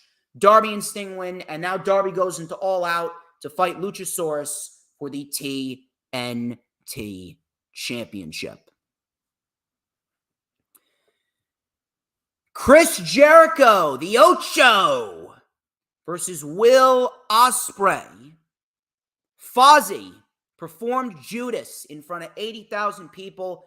That right there was one hell of a sight, hearing everyone sing Judas in Wembley Stadium. You want to talk about moments? That was a moment right there. That was probably one of Chris Jericho's best moments for him personally. I know that Chris Jericho was very, very proud of that moment. And the match itself was just as good. Match itself was even better than the performance. I know a lot of people had reservations about this. Trust me, I know. A lot of people had reservations. A lot of people were questioning this. A lot of people were not very happy. But I think in the end, Chris Jericho and Will Ospreay, they shut a lot of people up. And the crowd made this match even better than it was. This was a great match. This may have been one of Chris Jericho's best matches in his AEW run. The last really great match that I can honestly tell you that Chris Jericho competed in, I think was probably his match against Claudio. His match against Claudio at Final Battle last year. That was a very good match. That was a great match. I don't know. Chris Jericho has really, really turned up his game as of lately. He got himself into great shape, and the fact that they went in there with all of the negativity in the world, and they said, oh, this match was a waste, and oh, Chris Jericho's slowing down. Chris Jericho and Will Ospreay, their styles meshed very well together. And there was no rest periods in this match. These two came in hot right out of the gate. Crowd was hyped. Crowd was hot. So, right out of the box, Will Ospreay came in with a huge Sky Twister press on Jericho to the floor. He hit a springboard forearm. That got a 2. Jericho with a triangle drop kick and a baseball slide. Jericho then with a German suplex onto the apron to Ospreay. Ospreay landed right on his neck. Right on his neck. So all of a sudden, after that, and the scary bump by Ospreay, Jericho with a German suplex on the apron. Jericho then took over Ospreay with a handspring enziguri and a standing shooting star. That got a 2. Jericho had Ospreay up, 10 punches on top, and the Hurricane Rana for a 2. That got the crowd going. Lion Salt, but the knees were up. Jericho got to the ropes. He was hung on the ropes, actually. Hung on the ropes by Ospreay. And Ospreay with a beautiful, I can't even describe the words for it, beautiful shooting star press off of the top onto Jericho while Jericho was draped over the top. So that got a 2 count. Jericho then with a code breaker to the back, and then he delivered another code breaker to the front. That got a 2 count. We had a super kick by Ospreay, Oz cutter for a 2. Jericho then with a Hurricane Rana into the walls of Jericho. It was locked in, and behind the referee's back, Sammy Guevara with Floyd the Bat right to the face. Right to the face. Floyd the Bat right to the face. We thought Ospreay was out. Ospreay hyped himself up. And Ospreay got out. Ospreay then delivered a Spanish Fly for 2. We had a code breaker by Jericho, and Jericho actually pulled out an Oz cutter. Doesn't really look like he got all of it, but it was an Oz cutter nonetheless. Ospreay kicked out at 1. They traded blows back and forth. Behind the referee's back, Jericho with a low blow and a Judas effect. Ospreay kicked out of the Judas effect, delivered a powerbomb to Jericho. A little sloppy, but it was a powerbomb. Ospreay then with a hidden blade and a Stormbreaker. Jericho kicked out of the Stormbreaker. Crowd went ballistic.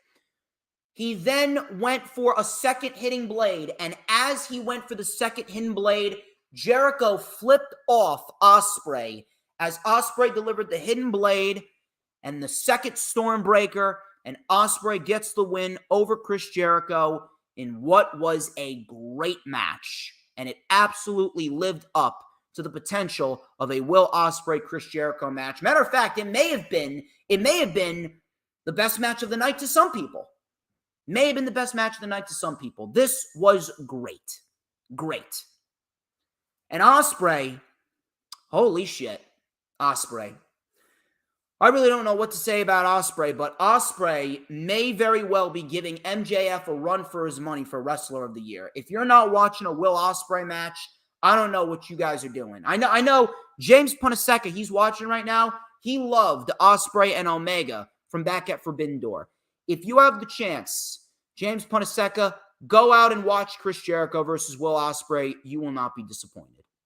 And Ospreay, one hell of a summer. He beat Omega, he beat Okada, and he beat Jericho. Man, what a fucking beast he is.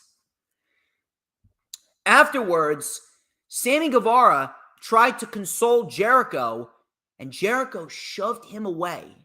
Jericho shoved Sammy Guevara away. Sammy was the only member of the JAS that did not walk out. He did not walk out on Chris Jericho, and Jericho shoved him away. Jericho was not happy. What does this mean? I don't know about you guys, but it looks like we could very well be getting that Sammy Guevara-Chris Jericho match that we all thought we were going to get. I don't know. Should be interesting. I think that's a match that could very well be built up going into the Full Gear pay-per-view. Now, what do we do for All Out? I don't know. I really don't know what we do for All Out. Maybe Sammy takes on Will Ospreay. I wouldn't mind that. That's a pay-per-view match right down to the very last letter. Sammy versus Ospreay? I mean, you could take my money. You can absolutely take my money there. Nigel McGuinness was in the ring, and he announced the official attendance for the show. And the official attendance for the show was 81,035 fans, and that was indeed a legit attendance. A legit attendance. Let me tell you something. I'm going to say it the same thing that I said at the beginning of the stream. AEW is here to stay. After a show like this, and the talent that poured their blood, sweat, and tears into this show, and the crowd and everything, the 81,000 people that attended this show, AEW is a fucking powerhouse. Secondary promotion? Hell no. Fuck no. Secondary promotions do not sell out 80,000 people for Wembley Stadium. Anyone that refers to AEW as a secondary promotion should not be talking about pro wrestling. After the show that they delivered, which was probably their best show in the history of AEW, the short 5-year history of AEW, this was their best show ever, their first ever stadium show. They went in there, they delivered a show that was easily on the level of a magnitude of a WrestleMania. AEW is here to stay, and in no way, shape, or form should anyone be calling AEW a secondary promotion.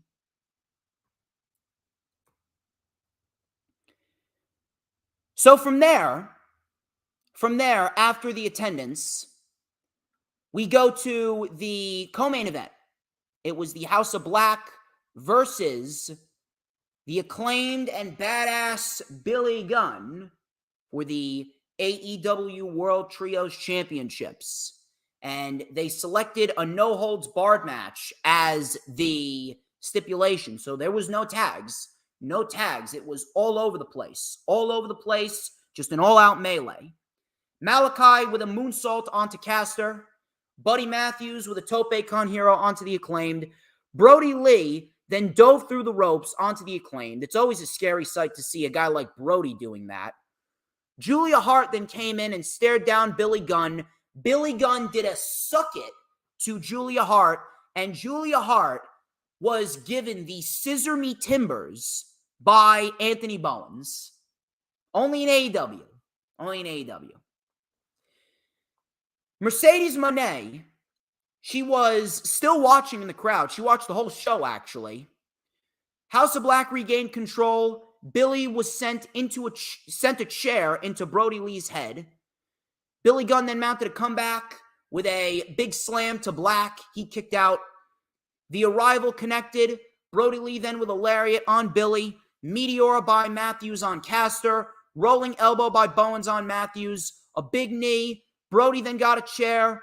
Bowens then pulled Black into the fire of Brody King, and Brody King hit Malachi Black with his fist with a chain wrapped around his knuckles. That was very nice right there. So a little bit of friendly fire.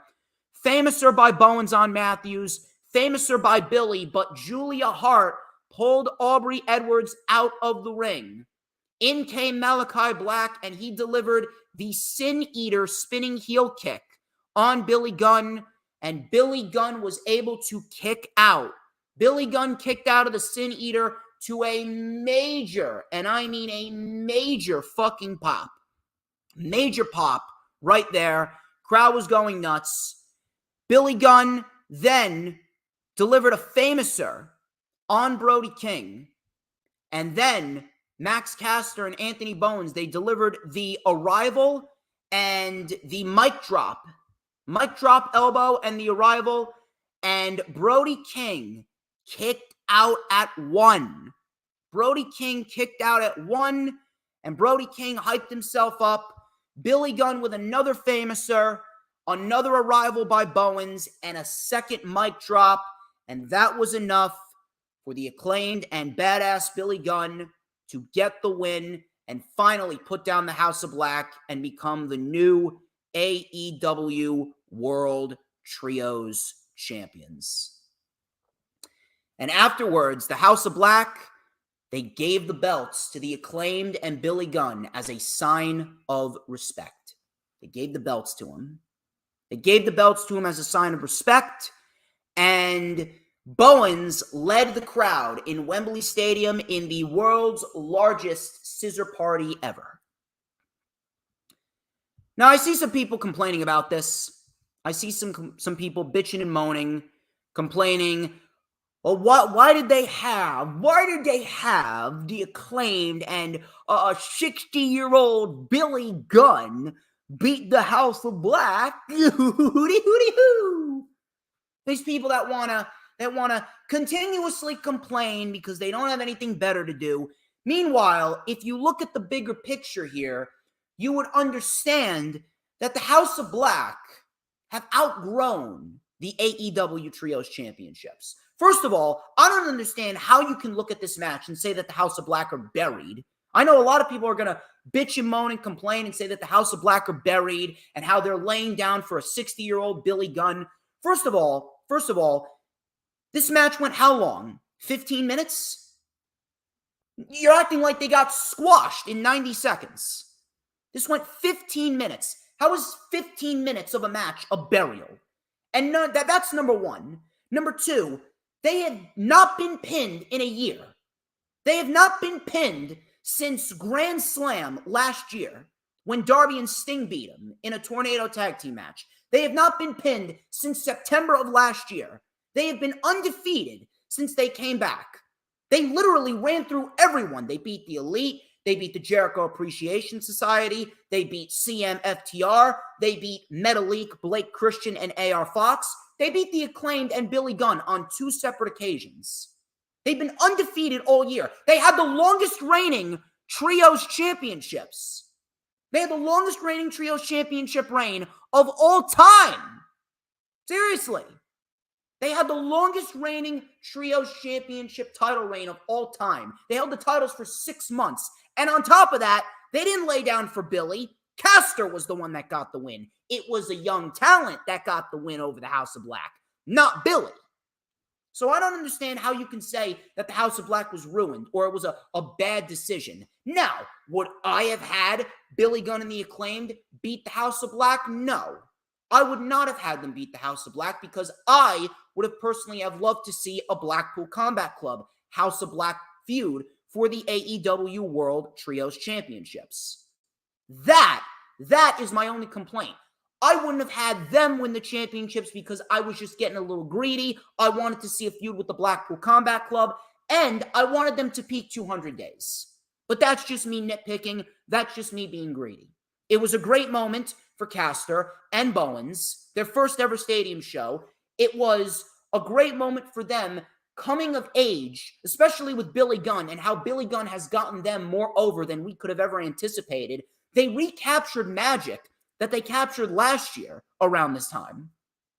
And then on top of that, the House of Black are above the Trios titles at this rate. If you guys paid attention, who came out victorious in the tag team title situation? It's FTR. FTR need challengers. They beat Bullet Club Gold. They beat the Guns. They beat MJF and Adam Cole. They beat Jeff Jarrett and Jay Lethal. They beat Big Bill and Brian Cage. And now they beat the Young Bucks. They need more challengers. Who's to say that the House of Black, Buddy Matthews and Brody King are not going to be challengers for FTR? Who's to say that Buddy Matthews and Brody King couldn't end up taking the titles off of FTR? And Malachi, I mean, there's a guy by the name of Orange Cassidy with a championship title reign that is just waiting for someone to take it and bring that international championship to even bigger heights than Orange Cassidy brought it to. Who's to say that Malachi Black isn't going to be an opponent for Orange Cassidy down the line? Who's to say that Malachi could not very well beat Orange Cassidy for the AEW International Championship. House of Black right now, their value is going to be in the tag team division with Buddy and Brody, and Malachi's value right now is as a singles guy. They did all they could with the trios titles, although I would have loved a feud with the Blackpool Combat Club. But they went as far as they could. And on top of that, now that the Acclaimed and Billy Gunn, they're doing their own thing, you can imagine that after the Blackpool Combat Club gets done with the Best Friends and Claudio's going on a tyrant with Eddie Kingston, and Claudio and Kingston, they got their own thing going on. Who's to say that the Blackpool Combat Club could very well not go and take those trios titles off the Acclaimed and Billy Gunn? If anything, the feud makes sense because the Blackpool Combat Club, they're against all of this tomfoolery and shenanigans in pro wrestling. I mean, the Acclaimed and badass Billy Gunn, they're the most fun-loving, over-the-top babyface characters that you could possibly find in AEW. In a sense, the Blackpool Combat Club could look at them as jokes. Who's to say that the Blackpool Combat Club, they don't take the titles off of the Acclaimed and Daddy Ass? Or maybe Bullet Club Gold. You never know. You never know. But right now, the House of Black's services are required in the singles division for Malachi and in the tag team division for Buddy and Brody. And can you imagine Buddy and Brody versus FTR for the tag team titles? Can you imagine that? That's going to be one hell of a program. Imagine if we get Punk versus Malachi for the Real World Championship. Imagine that. I don't understand why people are complaining so much about this. This was a lot more digestible than Saraya winning the women's title. Great moment for Billy and great moment for the Acclaimed. Adam Cole, Bebe, and MJF. Ring of Honor World Tag Team Champions clashing in the main event for the Triple B, the AEW World Heavyweight Championship. Man, did MJF have one hell of an entrance or what? Did MJF had one hell of an entrance or what? That was awesome. That was absolutely awesome. Excellent, excellent, excellent, excellent stuff right here from top to bottom for MJF. Coming out on the throne with the devil mask and the women just bowing to him and the throne. You want to talk about superstar? MJF embodies superstar.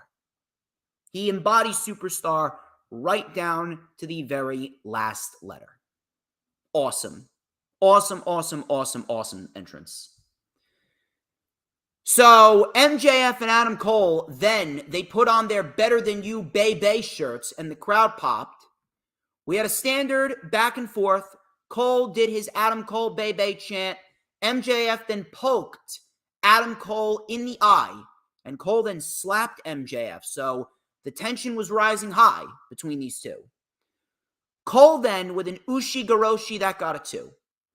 Cole, he actually showed some heel tendencies here, and it really makes me wonder if they are going to have Adam Cole be the one to turn.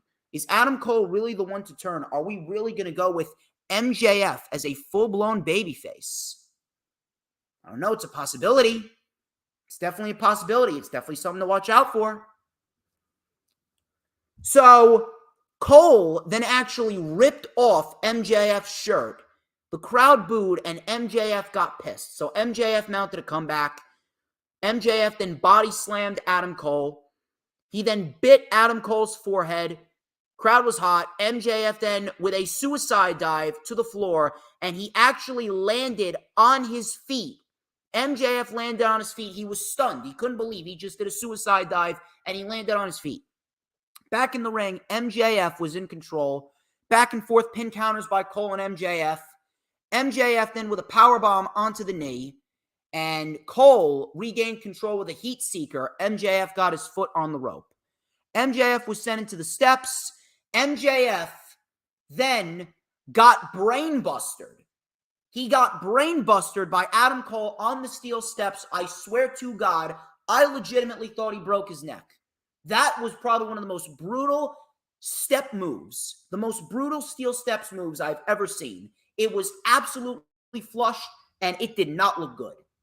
It did not look good, and it must have not felt good for MJF. So Cole got back into the ring, and Cole was concerned. Cole was concerned that MJF may very well have been seriously hurt. MJF just beat the 10 count. He barely, by the skin of his teeth, just beat the 10 count. So Cole went up to the middle rope. He went for the Panama Sunrise, but MJF rolled out again. Cole was then tripped up by MJF on the floor. MJF then tore apart the table, and MJF, he was going to do a tombstone, but he could not do it because the friendship with Adam Cole meant too much. The friendship with Adam Cole meant too much. It was too much for him. He couldn't do it. Cole then took advantage. Cole was actually showing less of a heart than MJF, and Cole did a tombstone pile driver to MJF on the table, and it did not break. Crowd was chanting, "Asshole, asshole." Back in the ring, MJF kicked out.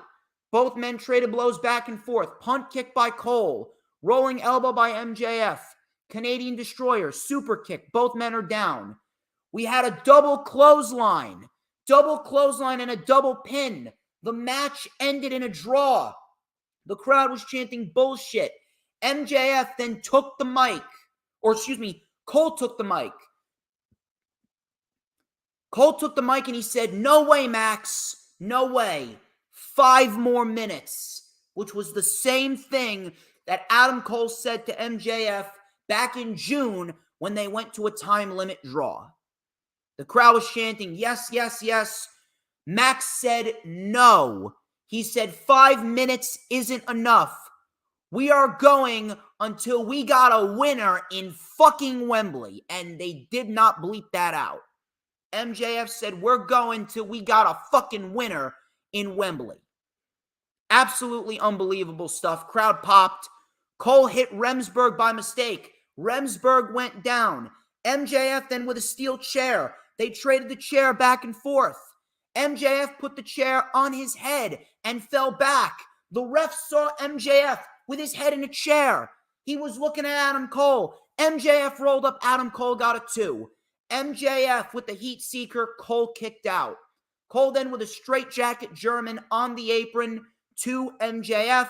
Panama Sunrise on the floor. Back in the ring. MJF kicked out. Cole then went for a Panama Sunrise on MJF, and MJF pulled in Bryce Remsburg, and Cole delivered a Panama Sunrise to Bryce Remsburg. Panama Sunrise to Bryce Remsburg. And Cole was absolutely distraught. MJF with the Dynamite Diamond ring. He was on the verge of tears. Again, similar to the table spot. He couldn't do it. He could not do it. Dynamite Diamond ring in his hand. He put the ring away. All of a sudden, Roderick Strong comes out of nowhere and low blows MJF. Cole was looking at Strong like, "What are you doing here? What are you doing here?" Roderick Strong tells Adam Cole, "Go, go, go, do it, do it, do it." Panama Sunrise, and the boom connects. Bryce Remsburg crawled and crawled. He finally came to. 1, 2. MJF kicks out yet again. Strong then told Adam Cole to hit MJF with the title. This was where things started to get really interesting. So Strong was telling Adam Cole to hit him with the title. Cole contemplated, and now it was Adam Cole that was on the verge of tears. And Adam Cole threw the title away. He threw it away. He could not hit his best friend. He told Roderick Strong to get out of here. Roderick Strong walked away, and in the end, it was Adam Cole's compassion that cost him the match as MJF rolled up Adam Cole to get the win. in Wembley in the main event and retain the AEW World Championship. MJF and Adam Cole, whether you want to admit it or not, MJF and Adam Cole are two of the greatest professional wrestlers of all time. And this match proved that. If you wanted a match that was just as emotionally taxing as Roman and Cody was from earlier this year, this was it. This was it. Absolutely fucking fantastic match. Excellent main event. And if there were two guys that absolutely were the right choice to main event the first ever AEW Stadium show, it was MJF and Adam Cole. Absolutely fucking excellent. Excellent. The storytelling, the in-ring action, the interferences, the false finishes. Excellent, excellent stuff. MJF then tried to console Adam Cole. He goes, listen, it could have gone either way. I got lucky. It could have gone either way. He tried to get the Ring of Honor World Tag Team titles. He's like, dude, you still have these. You still have these. Cole then threw the belts away, and MJF was distraught. He was pissed. He was like, really? That's how it fucking is? That's how it is after everything that I gave to you? If you want the world title so much, fucking take it. And he said, fucking take it. He threw the belt at Adam Cole, and he put his arms up. He's like, just do it already. Just get it over with. I'm so stupid. And Roderick Strong came back to ringside. He was like, do it, Adam. Do it, Adam. Do it, Adam. Adam Cole put down the belt, and they embraced in the middle of the ring. They hugged it out to a huge pop, and it looks like that Adam Cole and MJF, for now, are still on good terms. He then held up the belt, he raised MJF's hand, and the Kingdom came out, and they held back Roderick Strong on the stage as streamers went off, and their big announcement was that Wembley Stadium will once again host AEW All In next year at the end of August. If I'm not mistaken, I believe it's August 25th, 2024. August 25th, 2024 will be the next date, and All In will be going back to Wembley. Now, I don't really want to end on a sour note. But I would not have done Wembley again. Not because they can't do it 2 years in a row. Not because they can't do it. Of course they're going to do it. They're absolutely going to do it 2 years in a row. I'm not saying that this was a bad choice to host Wembley because, it's too soon. Now, could you make the argument that it's too soon? Yes. But if anything, they have proven that they're more than capable of doing a United States Stadium show. More than capable. You could easily do a Yankee Stadium or a Wrigley Stadium. I believe that's in Chicago. You could easily do that. You could easily do that with Punk in the main event. I don't understand why they went back to Wembley. The only reason why I can honestly conjure up that they went back to Wembley for the second year in a row is because of WWE. It feels like this was AEW's first ever counteract towards WWE.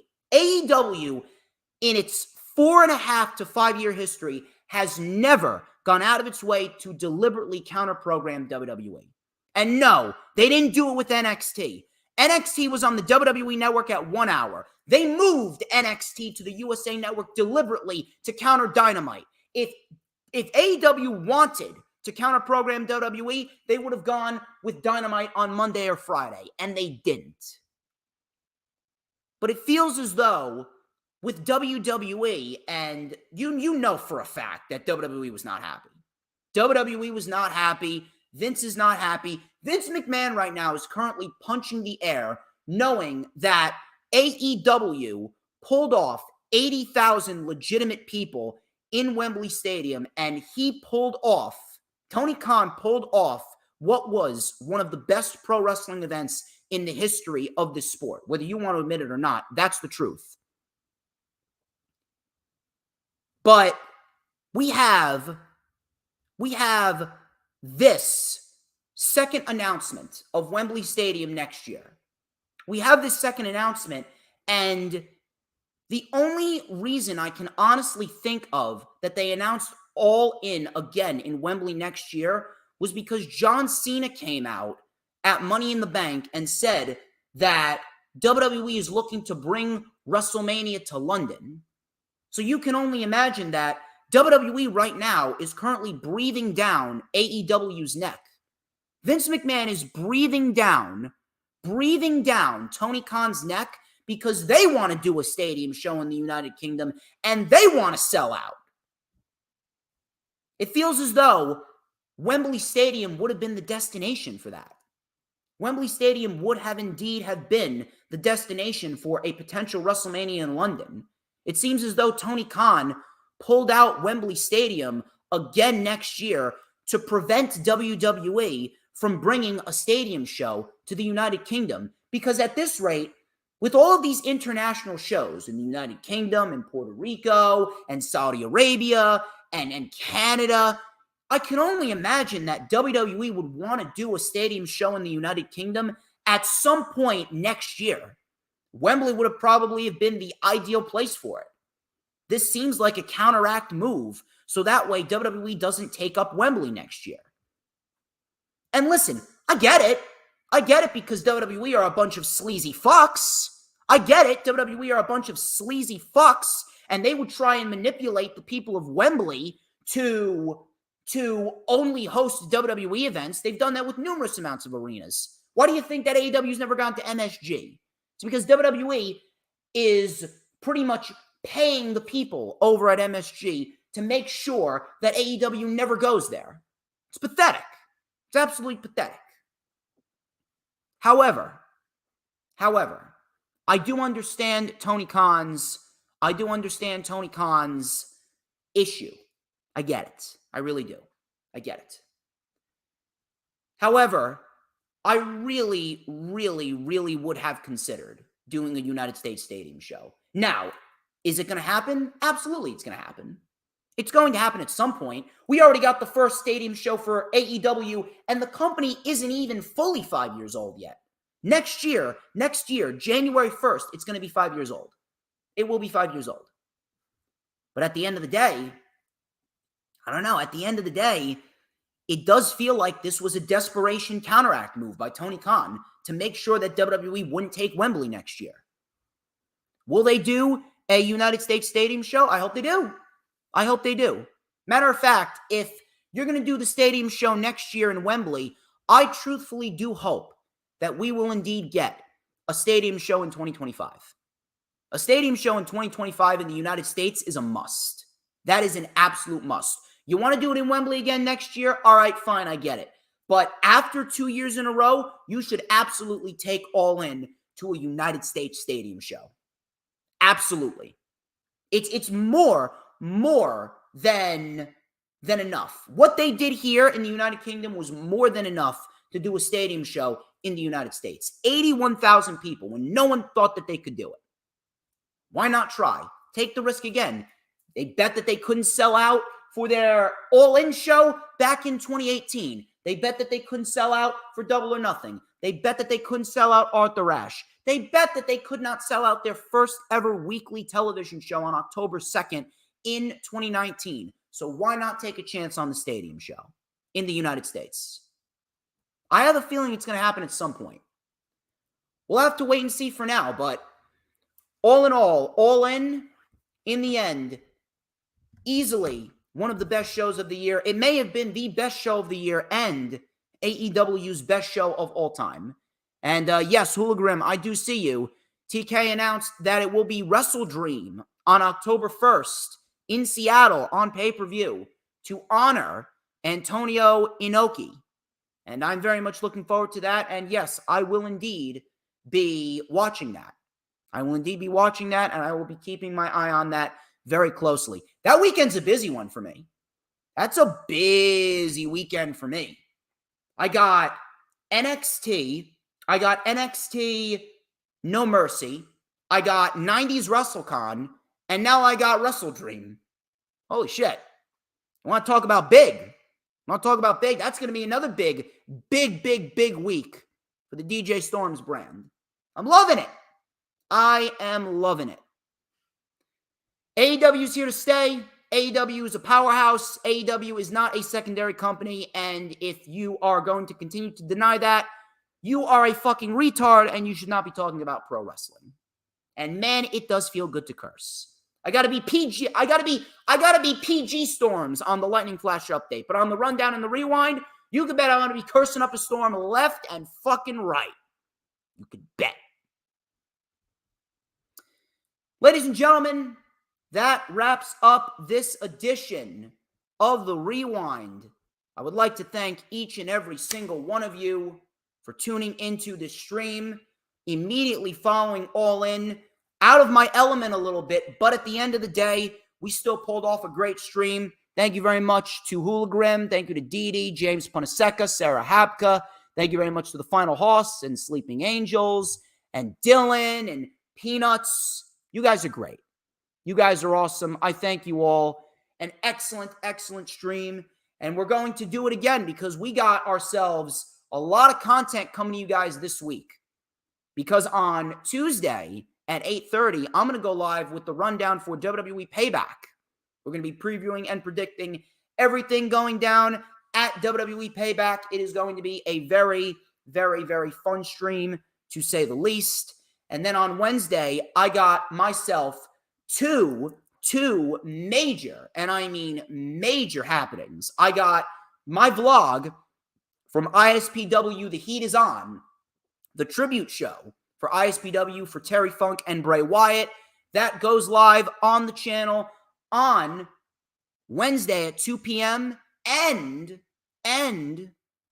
I got myself a spot on the AEW Dynamite watch-along with Sarah Hapka and Earl Cole from 8 to 10 p.m. on Wednesday. So head over to the Hardcore Sports channel, which we're live on right now, and head over to Earl Cole's channel to catch me on the Dynamite watch-along. And then on Thursday afternoon at 4 p.m.,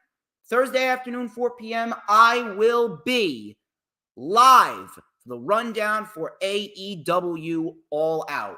Over the weekend, I will be down in North Carolina, North Kakalaka, getting a little daily dose of DJ Storms, or at least for that weekend. I'll be at my cousin's wedding. We're going to turn up the trouble because DJ Storms is alive and well in North Carolina. Little shout out to Kenny Omega right there. And then after I come back from North Carolina, because I will not be doing an LFU over the weekend, you will indeed catch me on Thursday evening, I believe September 7th. That's going to be the rewind for AEW All Out at 7:30 p.m. And then on Tuesday before the rewind for All Out, I'm going to do the rewind for Payback at 7:30 on Tuesday, September 5th. So it will be yet another busy week for the DJ Storms brand. The grind, man. The grind just never stops. It never, ever stops. It's going to be good. Plenty more to come. And on top of that, one last thing I got for you guys right here. I want you guys, if you guys want a DJ Storm shirt, I know I got the wristbands, but I got the t-shirts. So if you guys want a DJ Storms t-shirt, an official DJ Storms t-shirt, hit me up. Tell me what size you want. I either take cash or Venmo, and I will give you my Venmo in DMs when you tell me your shirt size. Please go and hit me up. Serious inquiries only. If you guys want an official DJ Storms t-shirt with my face on it that says I am inevitable on the back, I take cash or Venmo. Hit me up so that way I will be able to put in the order for you, and I will get you a t-shirt at the next order that I make. But until then, ladies and gentlemen, once again, thank you all. I am DJ Storms, and this has been the Rewind. But before we get out of here and we go and enjoy the rest of our Sunday night, I will be on vacation all week from work, so I don't have to worry about any of that. One last time, I want to hear it from all y'all. Who runs the IWC? Just like Just like Tony Khan seems to run the world of wrestling pay-per-views, I think everyone knows who runs the IWC. Let me take a sip of my ice water, and then I want to hear you scream it. You already know who but DJ motherfucking Storms. And don't you fucking forget it. Cause we want retribution. Oh yeah, we want retribution. Oh yeah, we want retribution.